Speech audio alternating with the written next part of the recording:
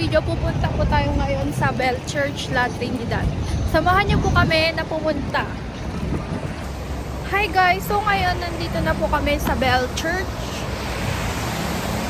So ngayon, tara na po, samahan niyo po kami. Kasi A few inches later.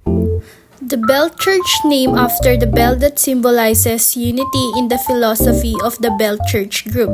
The Bell Church is a Chinese temple that practices a movement called Bellinish, which is a combination of Buddhism and Taoism.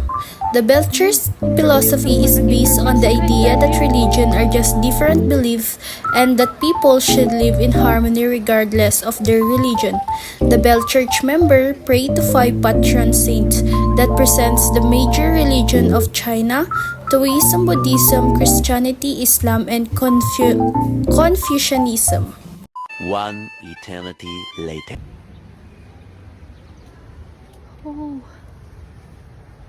Oh, yan guys. So ngayon, nandun po si Buddha.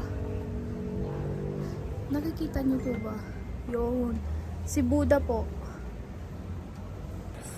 Hi ma'am. So ngayon po, i-interviewin ko po kayo para sa aking project. So ang tanong ko po ma'am, ano po yung, ba't po kayo pumunta dito sa Bell Church? Nakita ko siya sa internet and na-curious ako kung anong style ng Bell Church and gusto ko siyang pasyalin.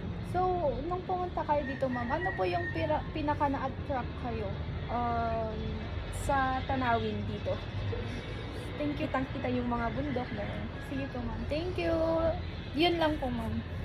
Yan po pala ang Bell Church. Kaya po pala siya na tawag na Bell Church kasi meron dito. Tapos may church po sa baba. Bawal po kasing mag-video. Videohin yung church nila dito. Yun po.